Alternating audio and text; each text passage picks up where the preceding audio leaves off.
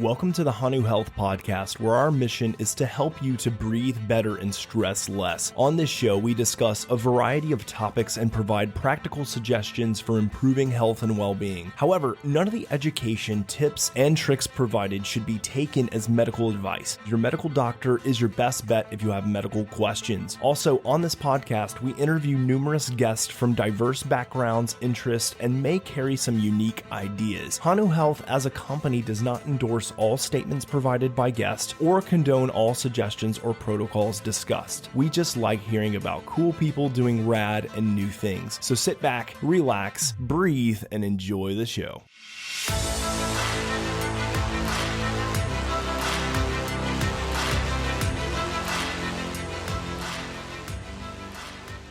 Frank, what's going on, man? Dude, this one has been a long time coming because I've actually known you and you've known about your products now for a couple of years, been using them like religiously for a couple of years. And like the stars aligned, we finally are making a podcast. So, dude, so glad to have you here on the Hanu Health Show, man.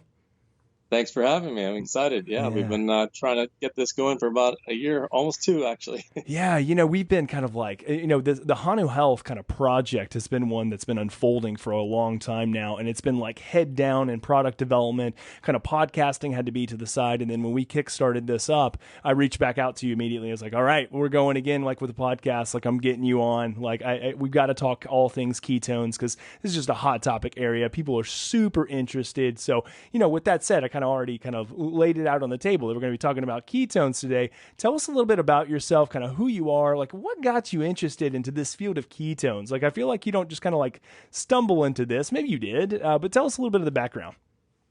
Kind of, actually. Yeah, so that's awesome. I actually definitely did stumble into it. So it started with my wife's godfather, who is Richard Veech, Dr. Richard Veech. He passed away a couple of years ago.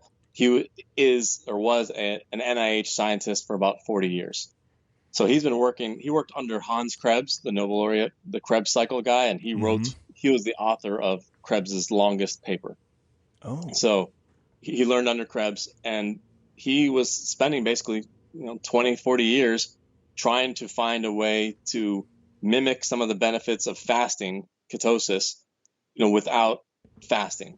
And his comment was always, there's a McDonald's around every corner, so there's this concept of going into ketosis just isn't going to happen for most people. Mm-hmm. So let's find a solution.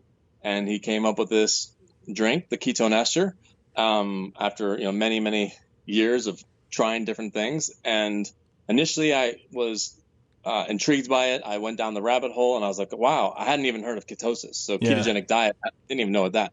My only experience was some heavyweight friend of mine who ate a pound of cheese before going clubbing that night. And I'm like, what are you doing? He's like, I'm losing weight. And I just kind of shelved that into like craziness. And then like 5-10 years later, I'm like, oh, now I understand what he was talking about.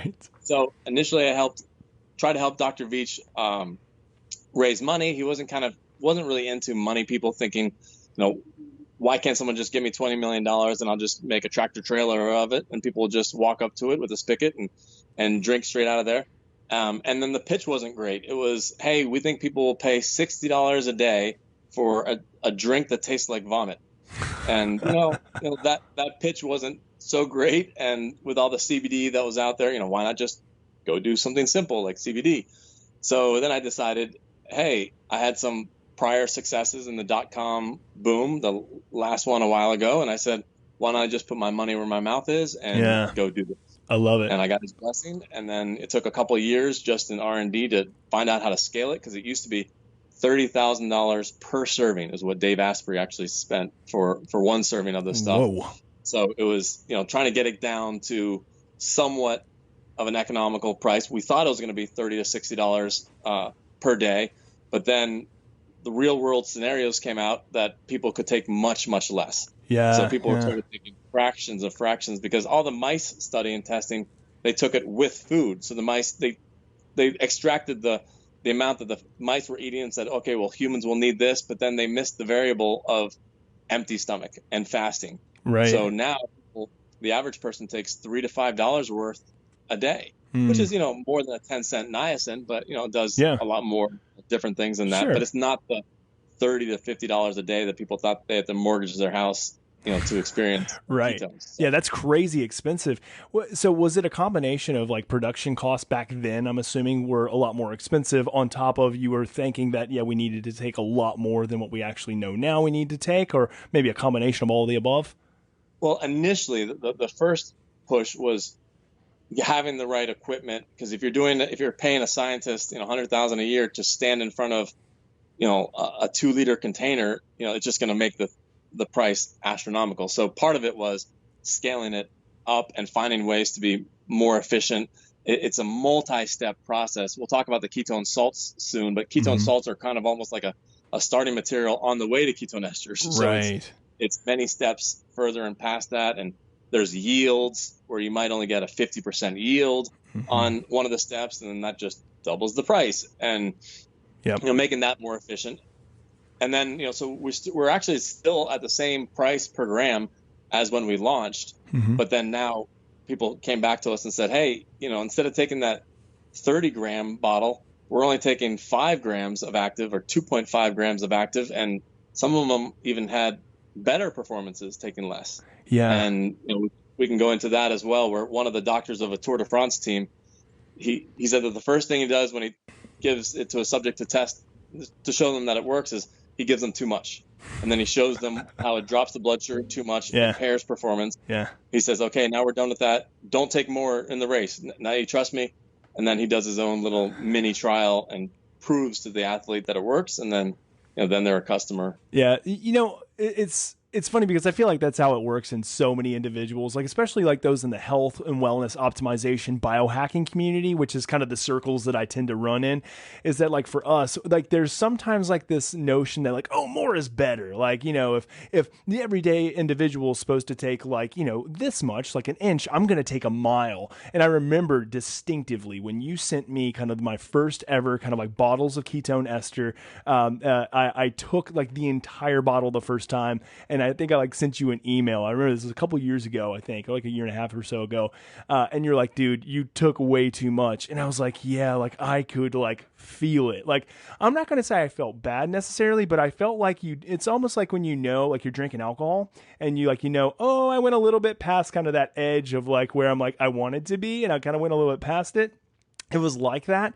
And I would assume too, and we'll take a deep dive into this, is that I was using it that day. I took it for more like cognitive, like well-being and performance. Like I was just kind of like hitting some deep work. And I just remember thinking like, yeah, like I definitely have that sense of like heightened awareness and vigilance, but maybe like hyper-vigilance. Like I'm kind of like a little bit like, not jittery, but like something's a little bit too much. And then you were like, yeah, just dial it down. Like there's no need to like douse the whole bottle. Not to mention like it's going to be really freaking expensive, like if you try to make it that a habit. So yeah, that's my disclaimer and note to all the biohackers out there who are just like, no, I'm just gonna go get the bottle and drink the whole thing every single day. It's like, it may not be the best thing for you. Yeah, and I tend to need to drink more than most, and I'll be at 20 mLs, maybe 25 mLs, but most people find benefit for cognitive at 10 to 15. For other benefits, they can even go all the way down to 2.5, which is like half of a cap full. So the cap accidentally became the measuring tool. Yeah, because people were using so little. So they take tiny amounts, and what do they use it for? Everything from cognitive benefit to helping sustain or prolong a fast, multi-day fasting or multi-hour fasting. Extend your morning fast. Take it past lunch, but also sports performance. That's where most of our marketing is done for sports performance. We've sold to at least 80% of the Tour de France teams. Yeah, it's incredible. Not one of them was willing to go on record that they used KetoneAid, ketone ester. So yeah, well, I mean, with the whole blood doping and everything that like all the cyclists have gone through over the years, I'm sure they're very reluctant to mention anything they put into their body. Like probably to say like, I ate a piece of arugula yesterday, and they're gonna have like all the sports organizations be like, well, that increases vascularity and nitric oxide production, so therefore we're gonna strip you of all your metals. So it's like it's such a risky area, I feel like. Well, there was a scandal with in the UK, they signed some contracts for the UK Olympics. I think it was 8 years ago, where they were using ketone esters while it was still kind of in development stages, and they made them sign NDAs that even if you lose your medals, it can't be our responsibility. And that came CYA. out. Yeah, Yeah. indeed. But it's not so much that they're now not willing to talk about it because of, covering their ass. It's more because it works. Yeah. So I mean, they have sports supplements that they're sponsored by, the gels and stuff, and they talk about, they take these sport gels. So it's not about blocking everything that they take. It's just blocking the stuff that makes a noticeable difference. It's their competitive advantage. Right. One of the people that we gave it to initially was Greg Henderson, and it's on our website, unpaid. The first time he took it, he'd been in the Tour de France 6 times, and he tells an epic story about how this Tour de France athlete who won the entire Tour de France dropped a bottle on the side of the road and was freaking out for 5 miles. Oh my God, I dropped the bottle. And he's thinking, like, go get another Gatorade. Like, what's the big deal? Right. And then he finds out from his cycling buddies that it was a $6,000 bottle. And he's like, oh, now I understand why, they were freaking out. Yeah. And the first time he took it, he actually had a 10% increase in his sustained watts for 2 to 3 hours, and it was at altitude. So that's it works insane. exponentially well. This is actually the first time I've ever actually mentioned the 10% watt increase, because I wanted to manage people's expectations, and people take it differently. Right. But then finally now, a couple of years later, I'm like, I can go ahead. It was a 10% increase. That's insanity. Yeah, he was more impressed that the next day it said that his HRV monitor said that he had taken the day off. Wow. That is what freaked him out. He was like, that's incredible. These are not quote unquote marginal gains, which is a phrase used by one of these Tour de France teams. It's like, this is a, colossal improvement. But right. Well, it's the one thing that's interesting is, like, with any competitive or professional athlete that I've ever worked with, like, if you're able to provide them with something that gives them a 1% competitive advantage, dude, they're all over it. They will spend bukus of money, bukus of time as well to gain that 1%. So when you're talking about a 10% increase compared to your baseline on output and wattage, like, for a cyclist, that's just like an astronomical, just that people like don't understand the difference. Like, that's astronomical. That's incredible. I didn't realize that. Yeah, because we hadn't talked about it, because what one guy also hit a 10% gain, and he was the vegan cyclist. You can ask him on Instagram. And I said, before you talk about what you experienced, let's go through what you did. And it happened to be that he hit on the 3 best ways that the ketone ester works. Number 1, on fasted rides. So if you normally do a fasted ride. Mm-hmm. Number 2, if you're doing a hill workout. And number 3, if it's altitude. And he happened to accidentally hit all 3 of those. He's like, yeah, it was a 1-hour ride straight up a hill into altitude. I said, okay, you just happen to have, 3% in each bucket. If you go to your audience and tell them about this, and they are on a flat track, but they normally eat a sandwich beforehand, and they're not going to have the same gains. So you have to kind of manage people's expectations. It's really tough to figure out the protocol of how to take it, because everyone runs through their glycogen reserves. People sometimes take 10 years to figure out the size of the banana that they want on their marathon race. Exactly. And then they think they can just add ketone esters like it's caffeine, and it's not. Yeah. There's this fine balance trying to figure out that we think it might even be triggering endogenous production, because the amount that people are taking is so low that mathematically the calories would be gone in a few minutes. Mm-hmm. So what's making them not hungry? What's making them, still feel like they have extra energy in there? So it possibly is, triggering endogenous production. But if you throw in that random Snickers bar, or you have that meal an hour before with pancakes and syrup, and then you're like, oh, it didn't work for me, you might not have triggered that right state. And we're trying to still figure it out. And I tell people, do not take it on game day. When this works, it really works. Yep. But when it doesn't, we've had athletes drop out of the race because their blood sugar dropped to 60. Wow. And they felt like their legs were just, wobbling, and that person lost 10 grand. And I said, take it 10, 20 times in practice first before you do it on game day. Yeah, no, it's good advice. It's everything's within context, right? I mean, it's not like you can there's like this one size fits all approach for really anything in life, but especially for, taking these exogenous ketones. I think it would be, a great service to the audience, Frank, for us just to really, and really for you, to unpack kind of like, I think a lot of people understand and have at least heard of like a ketogenic diet. Like that term is... Yeah, that term has been thrown around so often, right? Ketogenic diets, ketosis. A lot of people kind of have their own kind of like preconceived notions of what a ketogenic diet is, like what it does to the body for better or for worse. And, unfortunately, like we kind of had like this group like in around maybe like the 2015, 2016 like years where like it was like really starting to boom and like great science and research was coming out about it. And then all of a sudden it was like these big corporations started taking over kind of the name of keto, and it became really commercialized and then kind of just went a little bit down the drain on that end. So maybe we should kind of even just take a step back and clarify, like when we're talking about this idea of ketones, like what are we even referring to? Right. So super high level, a ketogenic diet, just 30 seconds, is a super high fat, low protein, very low carbohydrates.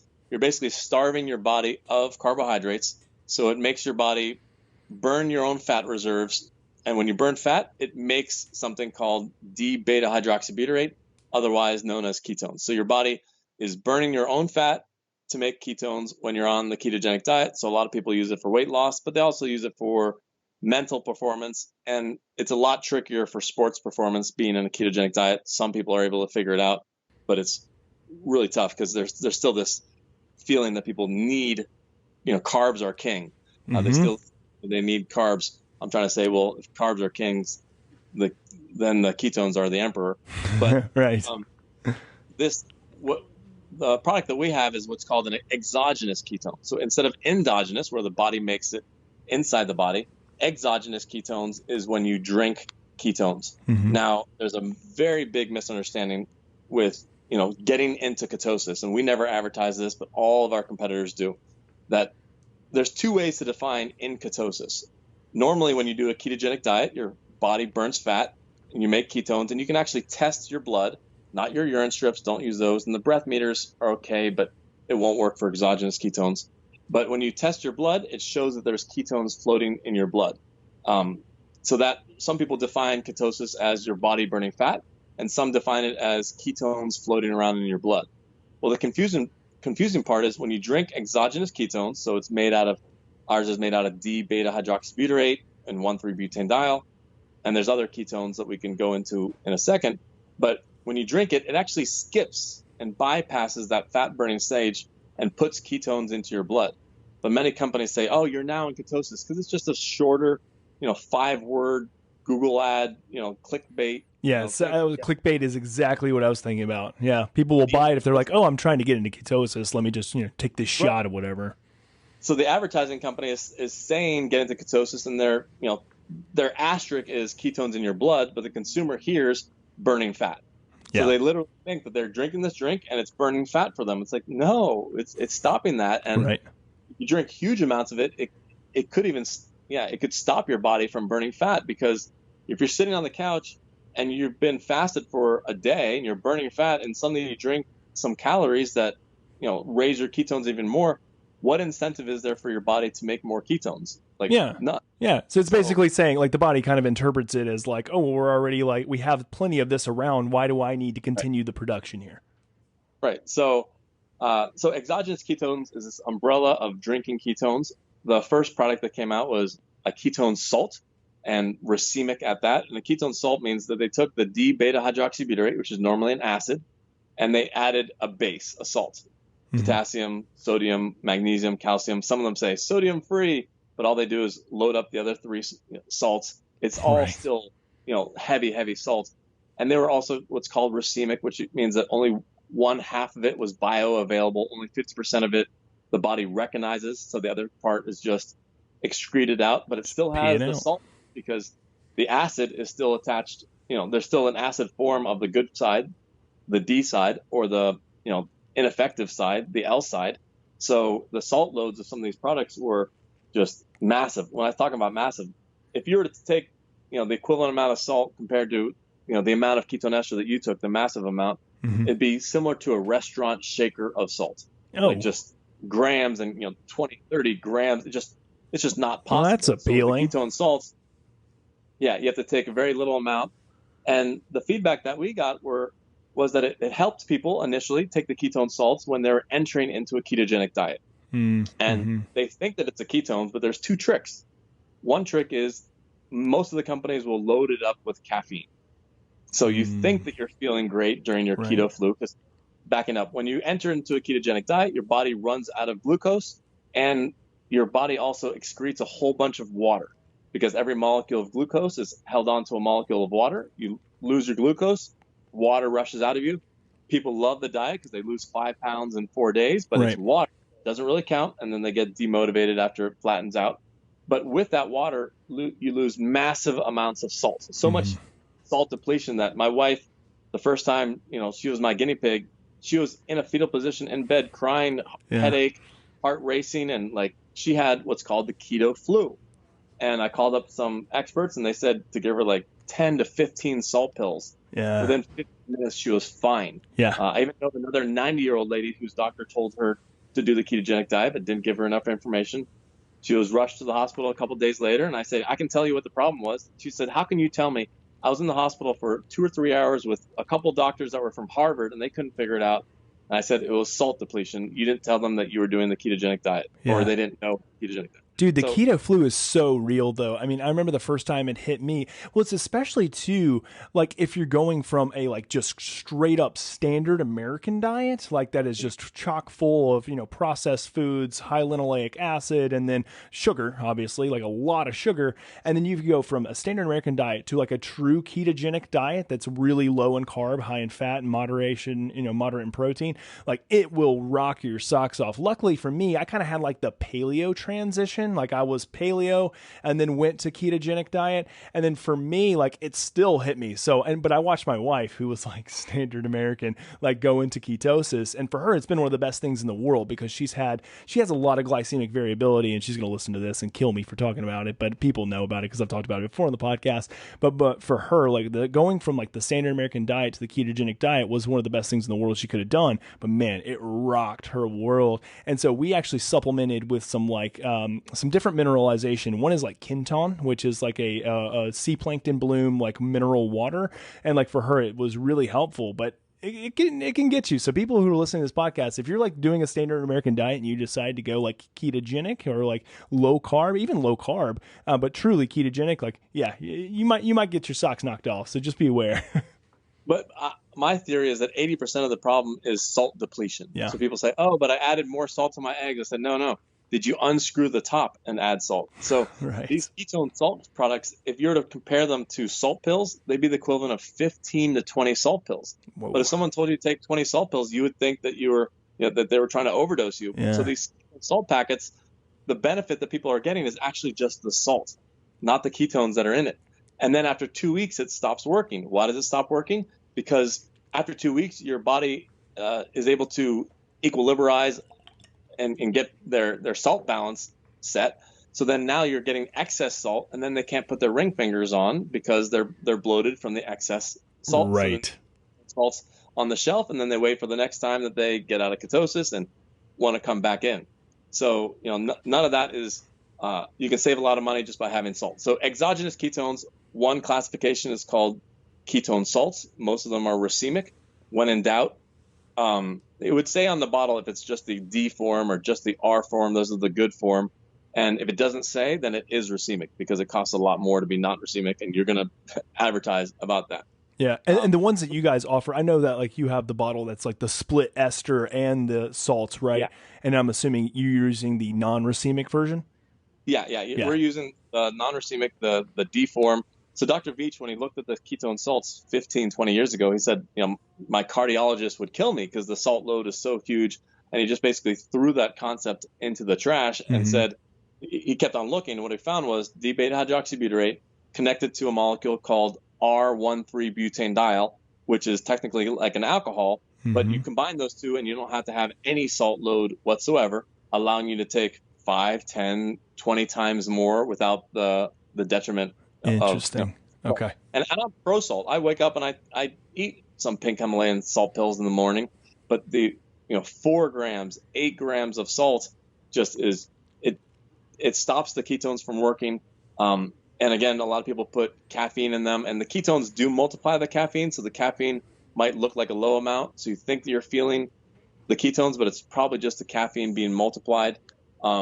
So Oh, you do have to watch. what's the mechanism of action that's causing that? How does it multiply it?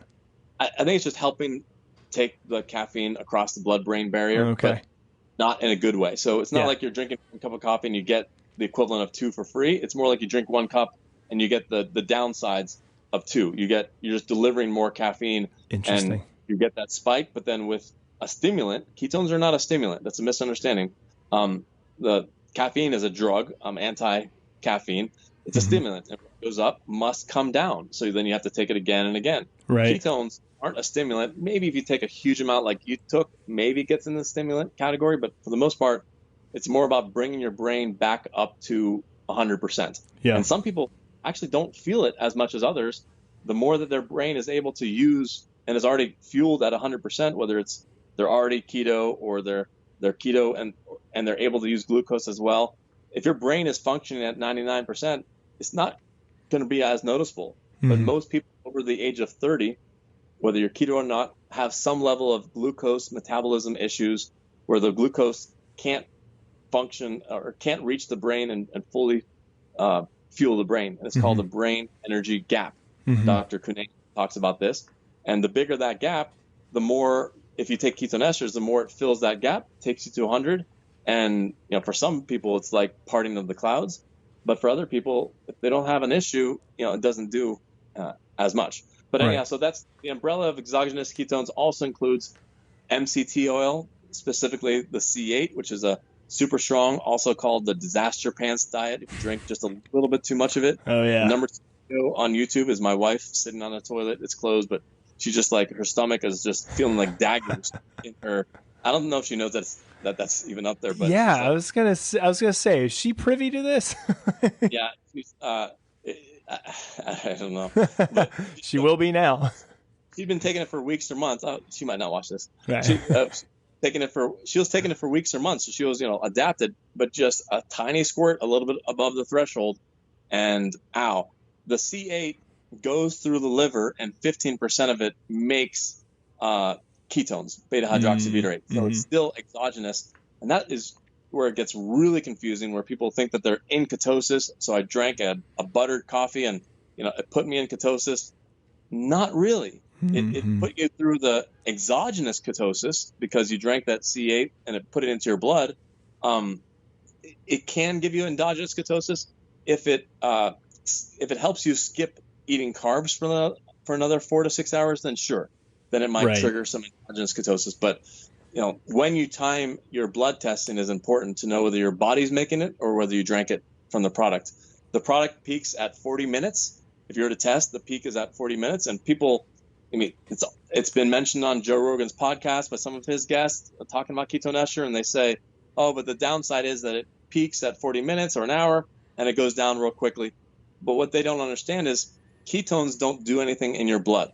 They don't make your blood more thin, more red, or anything. It's when it leaves your blood that it goes to the brain, goes to the muscle, goes to the cell, that it starts to work. So even though the blood numbers might peak at 40 minutes, it still has benefit for multiple hours after it's out of your system. It's one of the main problems of people trying to objectively measure something with not having it in context, right? Because it's like, it would be like me testing, because again, my expertise is in the human nervous system, autonomic responses, and heart rate variability. If I test your heart rate variability right now with an EKG, and then I test it 5 minutes from now, it's going to be different on metrics in some way. Does that mean that your complete physiology has changed and that you're, in some different type of state? Not necessarily. It just means that the body is dynamic. And again, like you're saying here too, it would be very similar like blood pressure. Like blood pressure is going to change periodically. And then also too, like the state of the organism or the state of the system is not dependent on kind of like that measurement. Us like being able to kind of then broaden kind of our statement of saying like, okay, well now somebody's blood pressure is, let's say 140/50. That means that therefore we can give an interpretation of what's going on within their complete cardiovascular system. It doesn't work that way. Whereas what you're saying is that there are things that are working kind of behind the scenes that are not direct measurement of kind of where your blood ketone ester level, blood ketone level is at that given moment. So yeah, it's a great statement to make, because I don't want people to think that like it's just like kind of this, you get this spike and it goes down. But no, like you're seeing it being, and correct me if I'm wrong here, Frank, is that if the number is going down, it doesn't mean that it may mean that you are actually like utilizing those ketones. And it's not just that like it's hanging out in the blood, because again, if you're measuring it as just hanging out in the blood, then what good is it doing? It's the actual utilization of it that's kind of the most important factor. Yeah, I've had some people that say, hey, my doctor has been telling me to be in ketosis for multiple years, but I'm eating the same thing, but my blood ketone numbers are lower and lower. So now I have to take exogenous ketones. And I said, no. Over time, you increase what's called the MCT, not MCT oil, but it's these transporters that transport the ketones out of your blood into your system. So the longer you're in ketosis, the lower your numbers, because your body's utilizing it faster. You're making the same amount of ketones, but the numbers appear lower, and then these people panic. And I try to explain to them that, this doctor might not know this nuance, that you're doing great. How do you feel? How's your brain? You can add ketones on top of that, but I don't want you chasing these numbers artificially because you think you're not doing it, well enough endogenously. Hey, Jay here. Hate to interrupt this show, but I have to tell you about our amazing sponsor for today's episode. Yeah, it's Hanu Health. That's Hanu Health, my company. And I've got good news and I've got bad news. So the bad news is that I'm going to have to be quite cryptic for a while as to what we're building.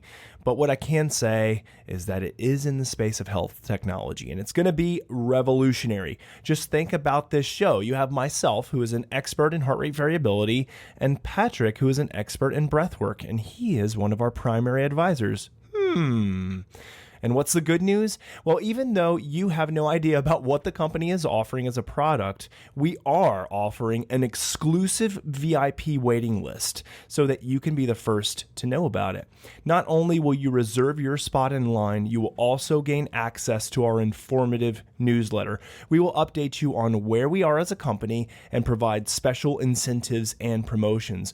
All you need to do is go to hanuhealth.com/waitlist. That is hanuhealth.com/waitlist. I promise you will not want to miss out on what is to come. We are building the biohacker's dream, but it will be useful for every human being on this planet. I'm not even speaking in hyperbole. I'm serious. Every human could benefit from what we are making. So again, head on over to hanuhealth.com/waitlist to get your spot now, and I will just, leave you with bated breath.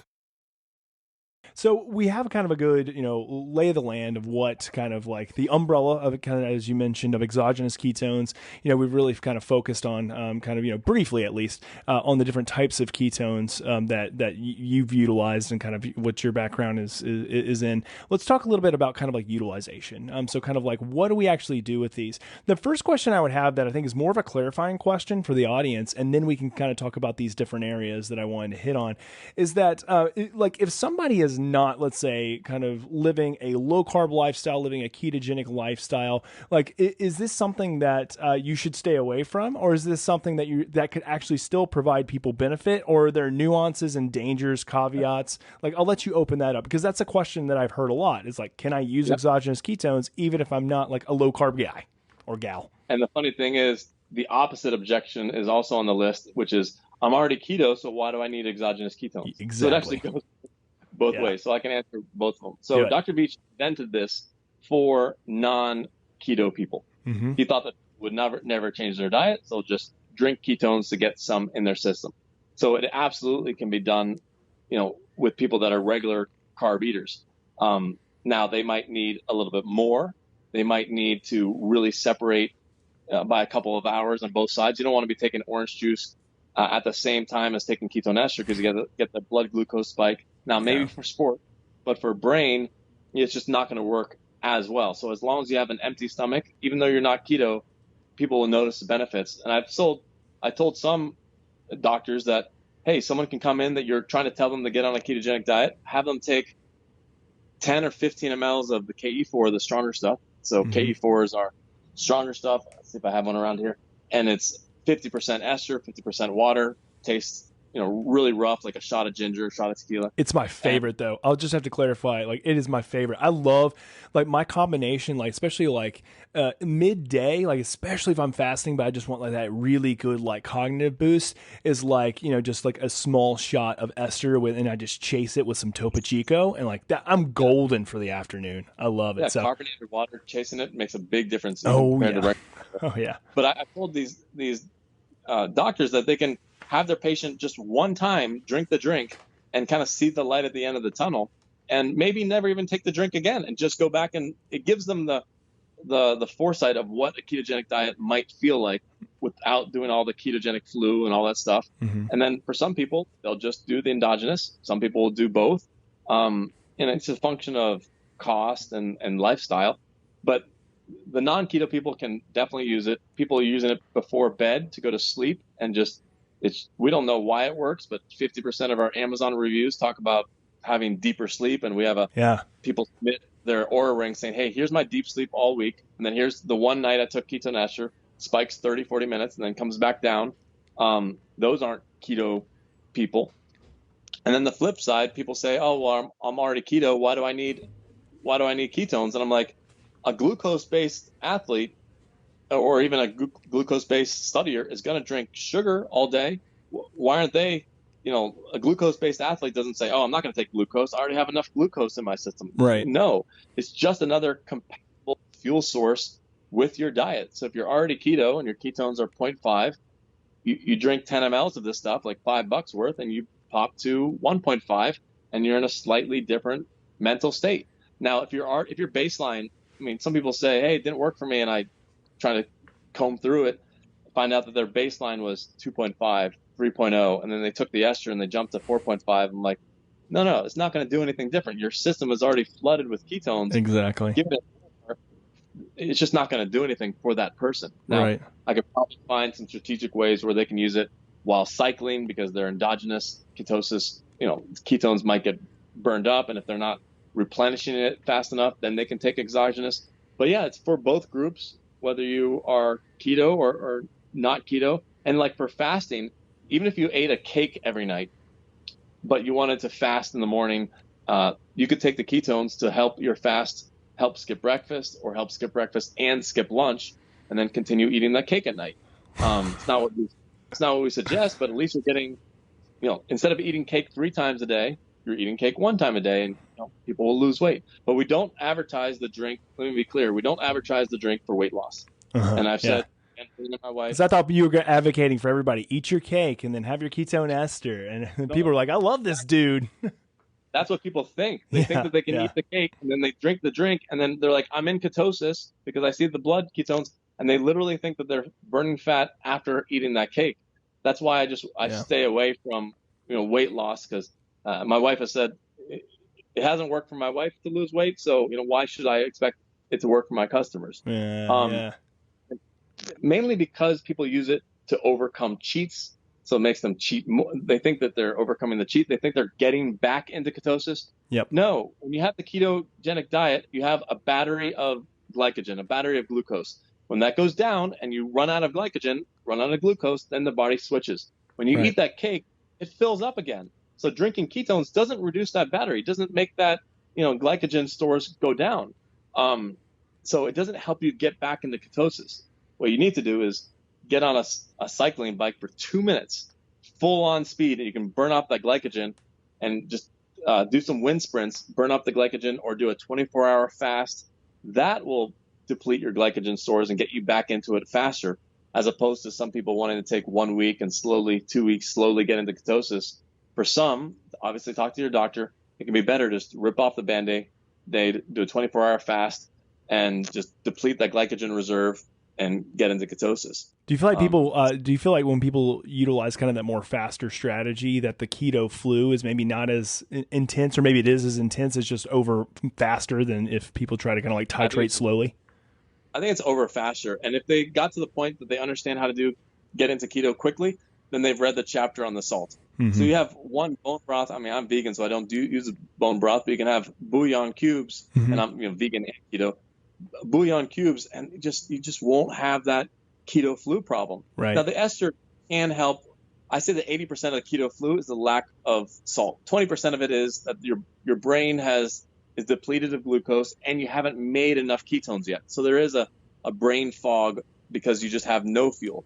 So the ketone esters can help for that aspect of kind of giving your brain some jump start of ketones. Sure. No, it makes sense. That's good clarifications.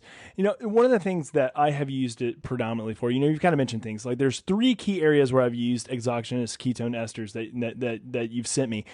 Sports performance. Number 2 would be for brain performance, cognitive performance, and number 3 would be sleep. And you kind of mentioned all of those. The one that I really want to unpack, because a lot of my listeners really come here because they're looking to say how can I increase overall mental, cognitive performance, help to kind of reduce the experience of stress on the body throughout the day and on the brain throughout the day. And again, I'll kind of mention my use, and then maybe we can talk a little bit about mechanism of action, maybe potential protocols, kind of what you recommend on this end. But for me, and I've already kind of talked about it, it's if I am really needing that really good pick me up cognitive boost. And just so everybody knows too, and I think a lot of the listeners already know this, is that my diet is pretty, for the most part, restrictive in the sense that I generally am fasting until about lunch each day. So for me now it's 12 o'clock. I'll eat whenever we're done with this podcast. I haven't eaten since about 5:30, 6 o'clock last night. So I'm fasted until now. I'll eat a meal that is pretty low in carbohydrate for lunchtime. And so I'll keep it, generally around maybe 30 to 40 carbs. And then in the evening is when I'll kind of do more of a heavier carb meal, but for me, a heavier carb meal is still fairly low. So I'm not necessarily in ketosis all the time, but for the most part, I kind of ebb and flow out of ketosis, and I'm kind of almost on that line at all times. If not in it, I'm just barely out of it. So that's kind of my daily routine. Now, after lunchtime, I generally don't have kind of this plummet of cognitive performance that a lot of people have if they just overly eat and starchy carbs or sugars, which a lot of people do at lunchtime. But sometimes around 3 o'clock, I'll feel a little bit of a lag, and I'm you know what, I could use a little bit of a pick me up, where I'll just take a little tiny shot of the KE4, which I don't remember the measurements, but I want to say it's what you guys recommend on the bottle. Is it 5 milliliters or maybe 10 milliliters? 1 or 2 capfuls would be what you would be taking. Yeah. That's what I do. And then again, I just chase it with a little bit of Topo Chico or sparkling water. And for me, it is without, every single time, it is always effective in helping just to give me kind of that little boost and edge that I need to kind of just crank out another, 2, 3, maybe even 4 hours of deep work in the afternoon, which prior to kind of starting that routine, I didn't have as easily, or back in the day, it would be that 2 o'clock, 3 o'clock cup of coffee, which was awful because of how it would disrupt my sleep. It was so bad, but I don't get that disruption of sleep, obviously, with ketone esters. I really get better sleep. And then it's indicative of objective measurement. Like you mentioned earlier, I'll look at my Oura Ring scores, and the days that I do take ketone esters, which is not every day. I would say it's probably 2 to 3 days a week is when I take it. I almost inevitably see that correlation. So what's going on there? Why am I experiencing that kind of good cognitive boost and brain functioning, able to kind of dive into deep work at 3 o'clock in the afternoon, which is the dreaded last 2 hours of most people's work? What's going on there? Explain a little bit. Yeah. I think a few things are happening. So my prediction number 1 is that you drink coffee in the morning. I do pretty early, and I only do 1 to 2 cups. And that's again, 5 a.m., 6 a.m. generally. I'm an early morning riser.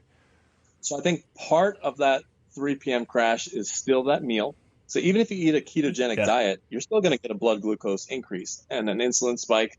And it's going to, now it's not making you crash as fast as other people that eat at 12. They finish at 1, and then 2 o'clock, they're taking a siesta, napping. Oh, yeah. So yours is a little bit slower, but I think it's partly that. I think it's partly the caffeine coming down, even from the 7 a.m. What goes up has to come down. Yeah. So when is it going to come down? It's not going to come down at 12 because you just ate, so you got a little bit of a pop. So it's coming down at 3. And then there's the sundowning effect, which happens to some elderly people where the brain just stops being able to use the glucose. It's just, I don't understand it. I'm not a doctor, not a scientist, but it's the sundowning effect where this brain energy gap, the brain just isn't able to use glucose, and the ketones help that. So a quick story, a CEO who, I was good friends with, he said, I don't need ketones. I'm always mentally sharp. I'm great. And then I find out that he doesn't I tried to schedule an appointment with him at 2 or 3 p.m. He said, "Oh no, I only do my appointments in the morning." I'm like, "Why?" Uh-huh. "Oh, that's the sharpest." "Okay, talk me through that." Well, at 12 o'clock, I don't eat breakfast, so I'm sharp all morning. I have coffee, sharp all morning. I eat lunch, and then I never schedule appointments in the afternoon because I'm just mentally not there. I'm like, "You didn't tell me that." He's like, "Why? Do you think ketones help with that?" I'm like, "Yeah." So what we did was we took the KE1, which is our other drink that tastes a lot better, 6 times more water, and it's a mix of ketone ester, ketone salt, and ketone-free acid, only the D form. So all in all, it has 90% less total salt load than the racemic salts. So people sometimes equate ketone salts as being bad. It's not necessarily they're bad, it's just the salt load's huge. But if you mix it with the ketone ester, it tastes good. So he took just like $1 or $2 worth of this ketone mix at 12 o'clock. He skipped lunch, and then he took a little bit more at 2 or 3 p.m. And before you know it, he just didn't eat lunch, didn't have that crash, and then suddenly doubled his productivity of the day. Incredible. So he's now able to schedule his meetings. So he didn't get the spike, he didn't get the crash, and then before you know it, it's dinner time, and he didn't find himself eating an absurd amount, to make up for lunch and breakfast. And he lost weight. We don't recommend it for losing weight, but he thinks it's a weight loss thing because he's like, yeah, now I'm not eating lunch. Eating lunch to lose weight, not the ketones, but the not eating lunch. Right. Some people take the drink and then they literally eat lunch right afterward. And I said, "Were you hungry?" "No." "Well, how did you expect it to help you lose weight?" Purely habitual. Right. Yeah. That's super interesting. I've met so many people in the corporate world that do that. Like they won't schedule meetings in the afternoon. And I would say that, prior to me kind of like changing a lot of my lifestyle, I would say, especially when I was a student and then when I was a resident and working like insane hours and then just like stress to the max. Like afternoons would kill me after I would eat. And then I kind of made the switch, to more of a lower carb lifestyle. Now I mentioned that I was paleo first and then kind of went more ketogenic, low carb. And then I just found that my ability, especially when I combined that with fasting and then added on, additional exogenous ketone esters, like the ability to kind of rock out the last like half of the day, like significantly enhanced. And I wasn't afraid to have meetings or schedule podcasts because I used to never schedule podcasts in the afternoon because I would be like, no, I'm dead. And so now I can do that. And so, time is money. So I'm able to kind of produce more, which is a good thing. So yeah, that's super interesting. So like if you had somebody, let's say that was like, I really do have just like that absolute insane, like brain fog in the afternoon, like postprandial lunchtime. It's just like, boom, 2 o'clock, no good to go.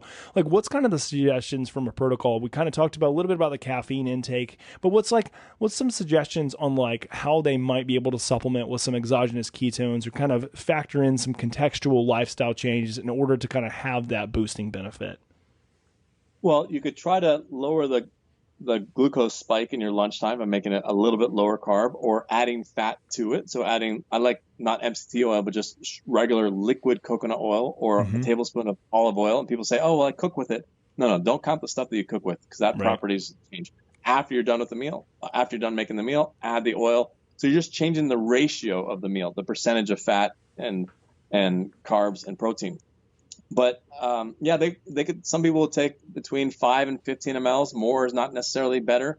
Some people will take it every couple hours. We know some stockbrokers that will have a little measuring tube and just sip on it every couple of hours, and they'd rather have that steady amount as opposed to if you take too much. For some people, it can lower their blood sugar too much and make them lightheaded. So that can be bad. So then they spread it out. But I would look at the caffeine because one of the drinks we're working on, maybe it'll come out next year. It's called Skip It Ketone Coffee. Oh, nice. And the idea is to skip breakfast, skip sugar, skip fats. People say, but fat's great. What's better than fat? No fat. Like not having the calories is actually better. Fast is better than fat. It just fat helps you, not have carb. Taking something like ketones instead of the caffeine, it's not a stimulant, but it will give you that same, a similar pickup without that crash. But this drink one day will help. We're only going to sell it in decaf form. So to help people get off of their caffeine addictions. And caffeine is a drug. I know a lot of doctors say, oh, if you have 1 or 2, it's good or fine. Or there's some study that showed that coffee drinkers live longer. I actually read the study. In the fine print, it said there was no difference between those that drank decaf versus caffeinated. And I was like, yeah. well, are we talking about caffeine or are we talking about, the coffee bean? Yeah. So I'm talking about the polyphenols, the antioxidant properties. I mean, those. So if I would suggest you try a 30, it might even be 45 days of cutting your caffeine completely to 100%. People are going to come at you with pitchforks now, Frank. I know, but use the ketones to help substitute, and help with that withdrawal. So one lady said, "Oh, the ketones didn't help for me at all," and I said, "Okay, let's walk through it." She normally drinks 2 cups of coffee, and I said, "Well, what happens when you normally don't drink 2 cups?" "Oh, I am irritable. I've got brain fog. I've got a headache. All these, all these symptoms." I said, "And what happened when you took ketone ester instead of the caffeine?" "Oh, I felt nothing." I'm like, well, nothing is good. You didn't feel all those withdrawals. You just felt normal. It just brought you back up. But the caffeine, there's a great book. I think it's $2 on Kindle, like Quit Caffeine. And it talks about this misnomer that you think that it gives you energy, but it's more a withdrawal effect. That ketones worked for me. Sorry, the caffeine worked for me 5 years ago when I first did the buttered coffee, bulletproof coffee. It worked great for 2 weeks, but then it stopped working. Well, what happened? I got overclocked, but then now it was just a withdrawal symptom. I was just going down to 80, 90%, waking up groggy, and then taking caffeine to kind of just bring me back up to baseline. If you break that habit and you actually don't have caffeine in your system at all, even that 1 to 2 cups, you'll find I actually have that energy naturally. So it's this misnomer. You think that you're getting a boost, but you're not. You're actually normally there. And initially, I cut coffee completely, and I would just use it once every 2 weeks, selectively for a important business meeting. So I'd only take it once every 2 weeks. And so I'd be, then I really feel it then. But then eventually, for some reason, COVID, I didn't have any important meeting for 2 or 3 months. So I didn't realize it. And I was like, wow, I actually have the energy all day long. Like, even if I had an important meeting right now, I would not want to overclock. I'm good. So even removing that intermittent, like once every 2 weeks thing and just going cold turkey over to decaf, so you still have the ritual. Oh, I love my coffee. Great. Go have your coffee, but have decaf. And you might find a benefit. Yeah, people get so nervous because they number one, they become dependent on it because their physiology has been changed because of the amount. And most people just drink most people, especially in America, like we're not just drinking like 1 cup of coffee. It's like an entire freaking pot of coffee that people are drinking. And people don't realize just how inherently they are changing their physiology. And they think that, they think, number one, like I'm addicted to this. Well, number one, you are addicted to it. Number two, they think that if I try to remove it, then it's just going to like ruin the rest of my day. I'm not going to be able to function. And that's probably is going to significantly impact you for the first few days that you come off of it because, well, what are you having? Well, you're detoxing. You're having withdrawals from it just because, like you mentioned, it is a drug. And just like with any good drug, if that you're addicted to, you're going to have those withdrawal symptoms. But after you get over the hump, you're going to really, really experience that you don't need it. And I will give you kind of my prime example. When I was a resident, I was having some of these weird, like skipped ectopic beats of the heart. And it come to find out I was just way too caffeinated. And I didn't. It is not. It is not. And as a resident, working in the hospital so many hours of the week, one of the things that I found is that like every resident that I worked with, we relied on religiously on coffee all throughout the day. And it doesn't matter if we're there till, 10, 11 o'clock at night, like we're sipping coffee all day long. And I was having like these skipped abnormal heartbeats. And then my physician just said like, dude, like you are, number one, you're stressed out to the max. You're not living kind of a great lifestyle as a resident. And then also too, like you are drinking way too much caffeine. So I really worked on my stress response alongside with I completely cut caffeine out. And those first like 2 days were hard. Like they were rough. The ketones will help with that. So the ketones can. I wish I would have known that back then. That was a long time ago. Yeah. But now if someone's there is a solution to help them with those withdrawals. But this one lady who was a 1-star review on Amazon, and she's like, oh, it didn't work for me. I felt nothing. Come to find out, she was on a 10 cup of coffee a day. Oh goodness. I'm like, it's going to be the ketone ester might not be able to overcome the withdrawals. She didn't have the withdrawals, but she didn't have the energy level that she had before. And I said, right, hey, 10 cups, maybe you don't, I don't know, maybe you don't go cold turkey. Maybe you slowly wean it down, but the ketones won't be able to overcome that level. Yeah, that's just slightly excessive. 10 cups. And it's probably like 10 ounce or 8 ounce cups of coffee, not like, a She six said it was ounce. 1,000 milligrams. She said it was 1,000 milligrams of caffeine a day, and I looked it up, and average cup is 100. And I was like, that's 10 cups. And but even people that take it in the morning, I still think it affects your sleep. People might say, oh, I stopped taking it at 12 because after 12 it really wrecks my sleep. But even before, it can give you that 2 a.m. cortisol spike that wakes you up at 2 a.m. and you're just up for 2 hours and you can't get back to sleep. So yeah, that's one of my biggest tips is finding a way to. I know it's and everyone's so pro caffeine. Somehow that drug, oh, it's natural. Well, so is cocaine. Cocaine's natural, and people aren't like, oh, use this, pick me up. It's probably, I don't know if it's equally as addictive, but it's very addictive. Not good for you. Yeah.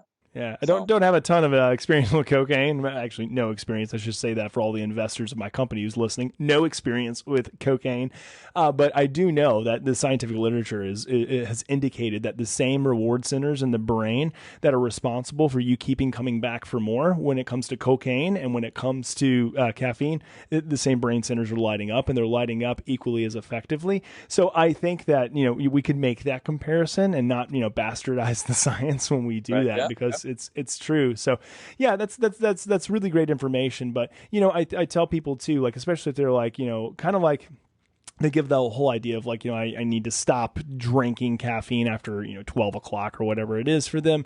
That's kind of like my go-to zone. I always tell them, like, you're always trading something. So if you are, willing to kind of, and I won't say willing, but if you're engaging in drinking and caffeine in the morning, like, yeah, that might be a pleasurable thing for you. You might like the energy boost, like you might like kind of the, the whatever experience you feel from a symptom presentation, manifestation of your after cup, experience. Like, you might really enjoy that, but you might pay for it. You're likely going to pay for it, like when you do go to sleep, even if it is, 12, 15 hours from when you drink that cup of coffee. The great thing is that if you take it out, like if anybody reports to me that they're having sleep problems, like, caffeine is the first thing to go. Not like we drink it, only in the morning and we stop after 12. It's like it goes, like it leaves you, because when we're talking about messing with adenosine receptors in the brain, like that is the main culprit. And so I love your idea of saying, like, well, we have a good replacement here that's going to help you kick that craving, and will leave you kind of with, again, the ability to cognitively perform as if you were drinking caffeine. Because I think that's what people think. Like, I'm not going to be able to like get up and cognitively perform and drive through the morning, drive through the rest of the day if I don't have my coffee in the morning, or if I don't have my, after lunch coffee, or even like at dinner coffee, which people still do, which is mind blowing to me. Like, mind blowing. My parents do it. The reverse effect. Some people, caffeine puts them to sleep. So, and calms them. Like my brother will drink coffee to calm himself down. So it's amazing. So that was what I was going to transition to that, because I know we probably don't have a ton of time. So here's what we'll do is that I will kind of, I'll hint at what you and I, Frank, were talking about kind of offline, is that you guys have been really working on something in the background that you wanted to share. And then I think you mentioned this is the first place that it's going to be shared on, is the Hanu Health podcast. I'm just discussing it. And the first case of this new drink just came out. So can I tell us about it, man? Yeah, throw it, send it. So this is the mock-up of the label. I don't have a can around me. I wasn't really prepared for this, but it's called R13. R13. And what it is the world's first ketogenic alcohol. I'm sold. Take my money. But initially, when people hear that, they might see a Google search of alcohols that are fairly ketogenic or keto friendly. So let me explain. Ethanol is beer, vodka, wine, hard seltzer. Those are all ethanol based. Yeah. And they kick you out of ketosis. So people might try to find something that kicks them less out of ketosis, like a no sugary drink added to it, or vodka and club soda. But this is a whole new molecule. It's no longer it's not ethanol. So it's not ethanol. It's R13 butanediol. So it's that starting material that we use to make the ketone ester. So the ketone ester, I said, was D-beta hydroxybutyrate, and you can either call it D or R13 butanediol. It's a molecule that's combined together.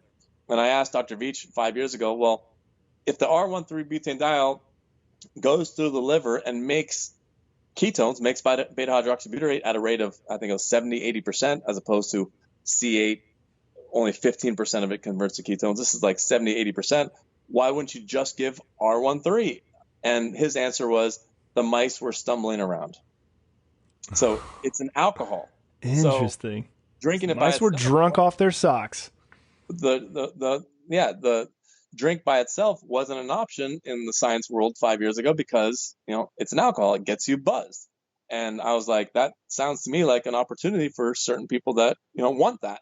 So it's an actual alcohol that you drink. It will raise your blood ketones 1 to 2 millimolars per can. So it's got 10 grams of R13-butanediol, and you get, a little bit of a buzz. People have equated it to a hard seltzer. So if you don't feel one hard seltzer, you might not feel one of these. But if you start feeling it at 2 hard seltzers, then you would feel it at 2 of these cans. And meanwhile, while raising your ketones, so ethanol converts in the liver to acetaldehyde, a toxic substance. This alcohol converts to beta hydroxybutyrate, converts to ketones, like a health longevity molecule. And for some people, I think they might even find themselves skipping dinner. Everyone's talking about skipping breakfast and skipping lunch. Well, what if you had a drink after hours? You drink it and then you're just not hungry. You're drinking it like at a bar, but then you're just not hungry for dinner. Where ethanol makes you more hungry. They actually, servers are taught, when they're waitering, to try to get people alcohol before their meal because they eat more. This very possibly could do the opposite and make them eat less. The waiters might not like this drink. Right. Or the restaurants in general. They're like, hey, nobody's buying the filet mignon and the lobster tail. They're all just drinking, they're coming in at 5 o'clock for their 7 o'clock dinner, and they're just drinking a bunch of these R13s. And next thing we know, they're like, nah, I don't need any food. I'm heading home. Or I'm hopping to the next club. Scratch that, or put it in a doggy bag, and they head out. So exactly. So is this, Frank? Is this something like a person would only want to drink like one of them and then follow it up with other drinks, or could they just like, if they're looking like, hey, it's a club night, I want to like feel a little tipsy, could they drink like 3 of these, or this would be like 4 of these, or we put on there the maximum is 3 per day. Okay, got it. So you could take 3 of them, but it also tends to give people a satisfying feeling. So we're ethanol-based alcoholics, they might drink one and they just feel compelled, this like addiction to drink more and more. This actually does the opposite. It actually makes you feel content. So you might drink one and just be like, I just don't have that craving for having another one. Or you might have 2 or 3 and just be able to stop. Whereas, regular ethanol, some people just can't stop and they get more aggressive with regular ethanol. This is actually more anti-anxiety. We initially called the first design of the can, we initially called it relax, because people felt much more relaxed as opposed to the ethanol based like steroid type aggressiveness. Yeah, it's so interesting because as a clinician, it makes me think. And again, I will go ahead and clarify this, and I think you would too, Frank, that we're not providing any type of advice of what you should be or shouldn't be utilizing for addiction when I mention this. But I'm almost thinking too, if there's a potential to kind of like utilize this and study this in the future of how people who are battling with, let's say, alcohol addiction, like if they were to replace an alcoholic drink with this, like if they were going to have something, like does it have an effect in helping to reduce the amount that they're drinking, or even help with like titrating them off? It would be really interesting as kind of more of a broad scale study, and we're not telling anybody to kind of like utilize this as their strategy, or at least I'm not, because I can't do that. But what I would think is that this could be like, there's a lot of different avenues for this. For me, I'm just interested in it because like I'm someone who like, I love just like, Friday afternoon, long week of work, like I love a really good like just cocktail to kind of like ease it out, like just kind of fly into the weekend feeling good. And this one's got me excited because I'm like, oh man, I can kind of have my cake and eat it too. So that's pretty cool. And even some athletes, some people will have a beer after their 5-hour cycling event. Well, why not have, one of these drinks that actually raises your ketones and actually will help your recovery as well, because of the ketones will be in your system, and then you're kicking back. So there's a lot of potential for this. And what you're talking about for the addiction, I hope that one day there will be clinical trials that, would show whether this would help those people. We did have a couple people that drank it at a conference, and they didn't realize fully what it was. And then halfway through finishing it, he hears that it's an alcohol. He's like, wait a second, I've been sober for 10 years. And he's like, uh-oh. But he said he didn't have this visceral feeling that he would normally have to have another. Yeah, that's good. Oh man, that's so tricky, but that's good. The next day he woke up And he said, normally, if I would wake up in the morning after having a drink the night before, the first thing I'd think about in the morning is alcohol. And he's like, I didn't. I had a great night's sleep, and that was that. So there's a lot. I think this could, when people fully grasp what this is, it could give ethanol a run for this money. So hard seltzers kind of took off, and It this has. the White Claw revolution. We created a new company called Hard Ketones, and it's a separate company, separate entity, and I think it could give ethanol a run for its money, because why would you want to drink something that's toxic, makes you eat more, and makes you aggressive and hangry, right? You're getting aggressive and hungry. Exactly. While still getting that similar, it's similar but different buzz effect. And people try to compare ketone ester with caffeine, and when they first take ketone ester, they expect caffeine energy. They expect the jitters. They expect this like overclocking, over sensation, but they then say it's just a different sensation. It's more of like a calm ninja. A ninja has energy ready to go to pounce, like in the flow state, but it's not that caffeine state. So it's kind of like that it's a different type of buzz where you're actually a little bit sharper. We do say do not drive while intoxicated, but it does go to your brain, and some people might feel a little bit sharper while having a little bit of a buzz.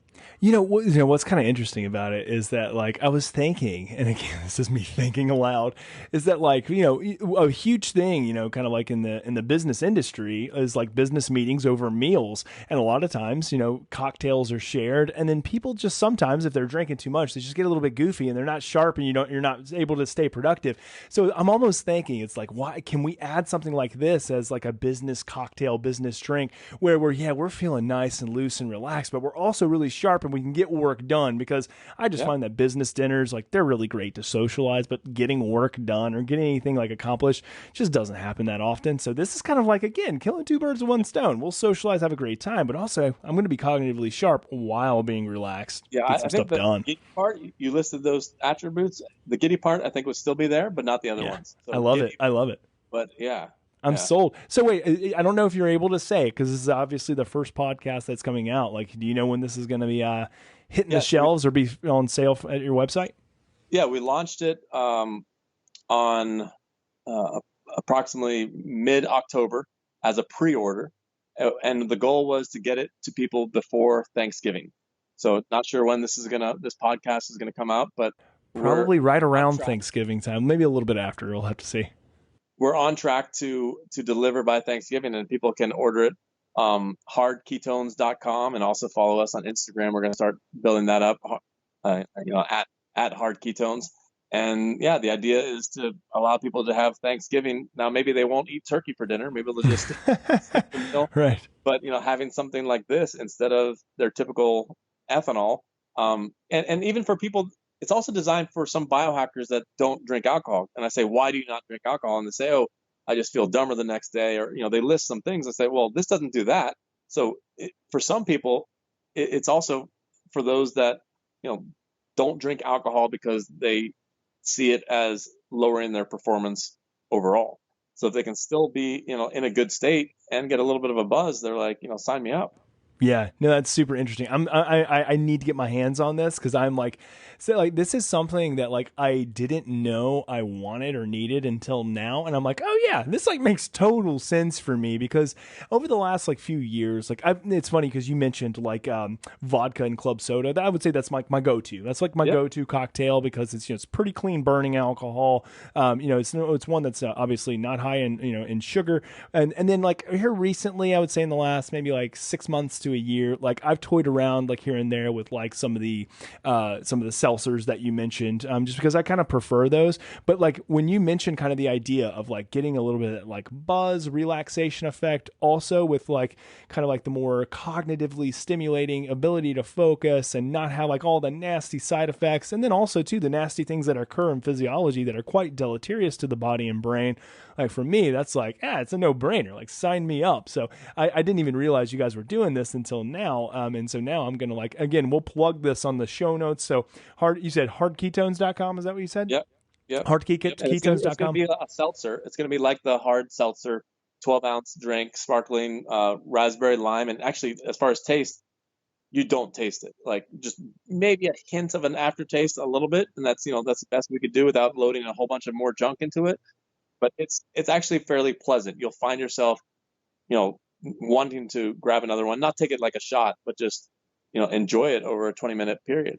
Yeah, at the next Hanu Health offsite for the executives that we run, I think I'm bringing these. So that's awesome, man. That's so cool. We'll get you a case. The I case, love it. First case just came off the line. I got a photo of it 10 minutes before, saying, "Hey, here's our first 48 pack." So I'm really excited to see how people take to it. We're actually almost sold out our first batch before even delivering it. So once people actually get their hands on it, then hopefully it might be a little bit of a problem keeping up with demand.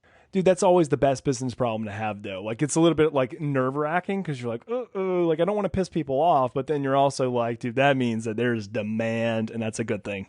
I experienced that with the ketone ester for a few years. We had production problems because we had to always scale up, buy new equipment. Right. We'd be out of stock, and I'd have some customers that ordered a huge amount in California be like, "Hey, I'll pay you an extra $100 of ketones." I felt like the hamburger guy on Popeyes say, "I'll pay you Tuesday for a hamburger today." Yeah. Seen that? And I'd buy back ketones and have them mail it to another customer that needed it for some emergency, and like having customers help each other out. That's awesome. It's a good community, man. It's a great community that you've built. So we have a Facebook group with a couple thousand people, and sometimes we have an Olympic athlete that needed stuff in Chicago within 12 hours. I'm like, we're not retail yet. Yeah. Went onto the Facebook group, found someone within a 20-minute drive. Within 45 minutes, there was a photo of them at the doorstep of another customer, that gave them a bottle for their performance the next day. We've done that like 5 times. Oh man, that's so cool. I love it. Someone, all these ketone burning, fat fueled individuals just helping each other out. Part of the grand community. I love it, man.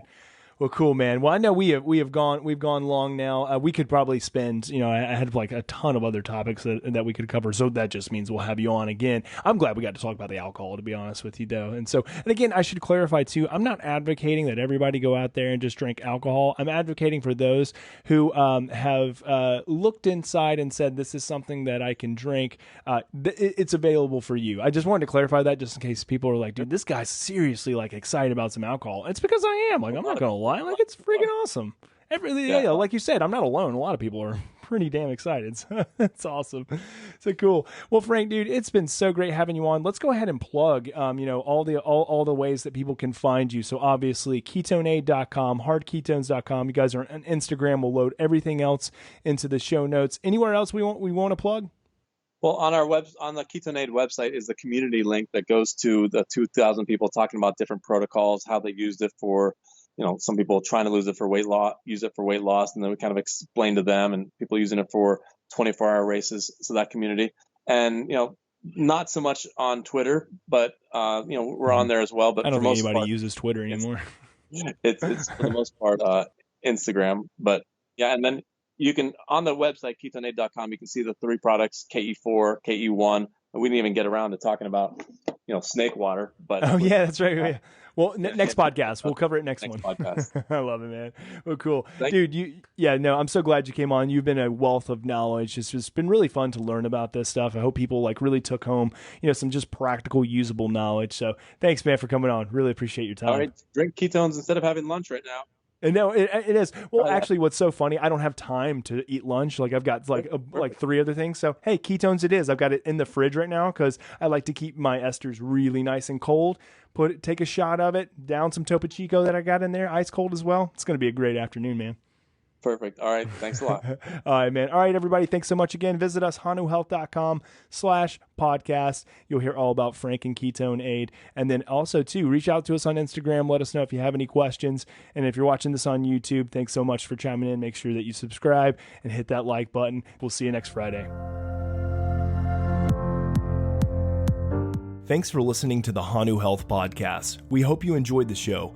This podcast would not happen without listeners and supporters like you, and the best way to support us and the show is to head on over to iTunes and provide us with a 5-star review. This helps us reach others and spread the good word of breathing and stress resiliency. If we read your 5-star review on air, please reach out to podcast@hanuhealth.com with your name and mailing address, and we will send you some sweet Hanu gear. Until next time, breathe better and stress less.